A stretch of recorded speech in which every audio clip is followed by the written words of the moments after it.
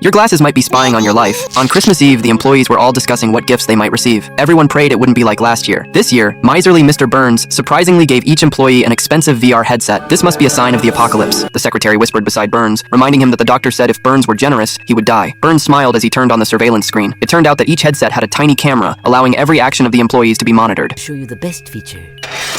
Each of these buttons represents an employee. When I press it, he or she dies.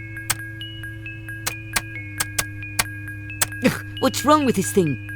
When Homer first put on the VR headset, it was as if a whole new world had opened up. The headset offered all kinds of entertainment. Homer became addicted, watching funny videos while eating, and refusing to take it off even during intimate moments with Marge. Marge worried that it would reveal their secrets. Angry, she left the room. Homer tried to make it up to her, but he was still relying on the headset's suggestions. The next morning, Homer saw that Marge was still upset and decided to use a spinning wheel to determine who would keep the headset. The wheel stopped in front of Maggie, but Marge snatched it away and put it on her head. Once I'm grabbing the goodie.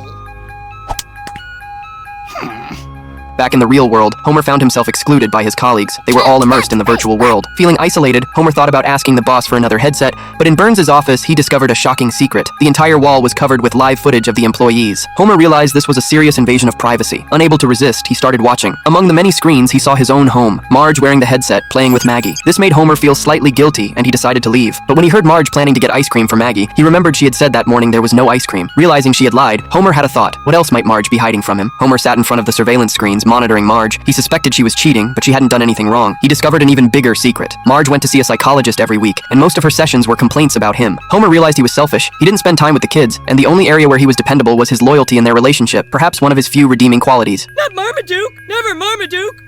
At the bar, Homer complained to his friends, saying that Marge was unhappy with him. When asked how he knew, Homer admitted it was from the boss's surveillance monitors. Homer wanted to confess to Marge how he had found out. Following the advice of a shrewd, experienced friend, he didn't tell her, since women hate being spied on. Following this advice, Homer used a fake name to make an appointment with the same psychologist, planning to run into Marge there. But just as he was about to appear, he overheard the session making Marge feel refreshed and happy, like every Wednesday was a reset. Homer recalled that Marge was often irritable on Tuesdays, but by Wednesday, her mood would suddenly improve. He realized the therapy sessions were Marge's emotional outlet. Caught between exposing the truth and keeping silent, Homer chose to quietly go home. He lay in bed, waiting for his wife to return. A cheerful Marge treated Homer gently. Meanwhile, in the nuclear plant's surveillance room, Mr. Burns was watching the screens with great excitement.